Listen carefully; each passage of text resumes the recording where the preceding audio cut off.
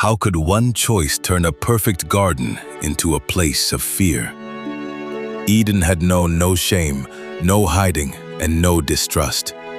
Yet near one tree, a quiet question was about to change human history. Adam and Eve lived among abundance.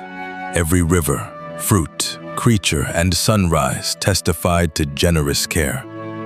They were free to enjoy the garden, with one clear boundary: the tree of the knowledge of good and evil. Into this peace came the serpent, described as more crafty than the other creatures.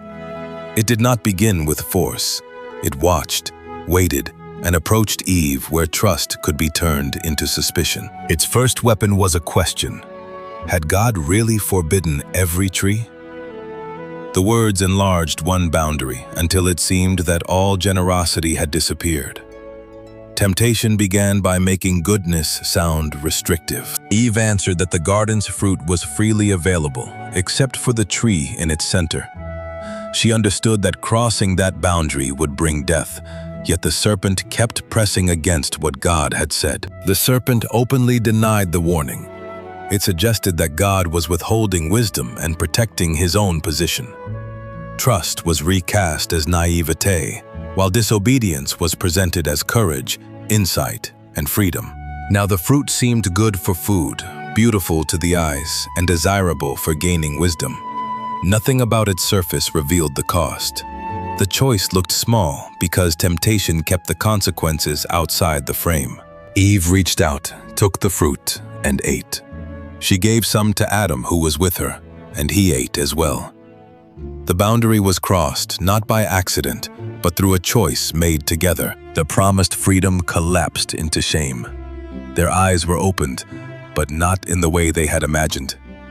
Innocent openness disappeared, and they suddenly viewed themselves and one another through fear, exposure, and self-protection. They gathered fig leaves and stitched coverings for themselves. It was humanity's first attempt to repair an inward rupture with an outward solution. The leaves could cover their bodies, but they could not restore trust. Later, they recognized the familiar sound of God's presence moving through the garden. What had once brought peace now awakened dread. Adam and Eve withdrew among the trees, trying to hide from the one who knew them. Then the voice called to Adam, "Where are you?" It was not a request for coordinates. It was an invitation to step out of hiding, tell the truth, and face what the choice had done. Adam answered that he was afraid because he was exposed, so he hid. Fear had entered the relationship. The man who once walked openly in the garden now spoke from behind trees, coverings, and excuses. When asked whether he had eaten from the forbidden tree, Adam shifted responsibility. He blamed the woman and even implied blame toward the one who had given her. Sin had damaged trust and now fractured accountability. Eve also turned away from responsibility, explaining that the serpent had deceived her. The serpent had lied, but her answer showed how quickly shame spreads blame from one person to another. The serpent was judged, and conflict would follow its deception. Evil had entered the human story, but it would not rule without limit. Even in judgment, the first outline of a future defeat appeared. God spoke of an offspring of the woman who would one day crush the serpent's head, though wounded in the struggle. Christians have long heard in this promise the earliest whisper of rescue through Christ. Life outside innocence would now carry pain, struggle, conflict, exhausting work, and death. The ground itself would resist human effort. What sin promised as independence became separation from God, one another, creation, and even life. Even then, mercy was visible. Adam and Eve received durable garments for the difficult road ahead. Their consequences were real, but they were not abandoned without care. Justice and compassion stood together at Eden's edge. The tree of life could no longer remain within their reach. Humanity was sent from the garden, and cherubim guarded the way.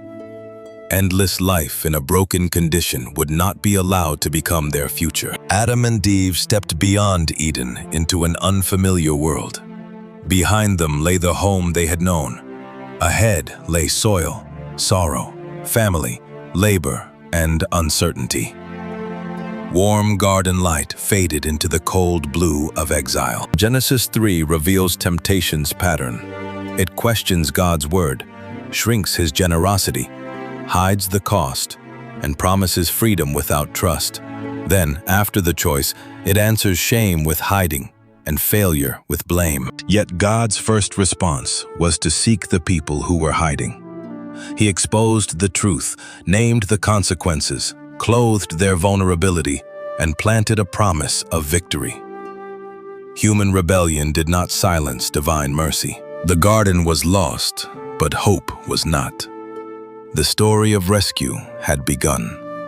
Next, the brokenness outside Eden will enter the first family, as Cain and Abel face worship, jealousy, anger, and a devastating choice.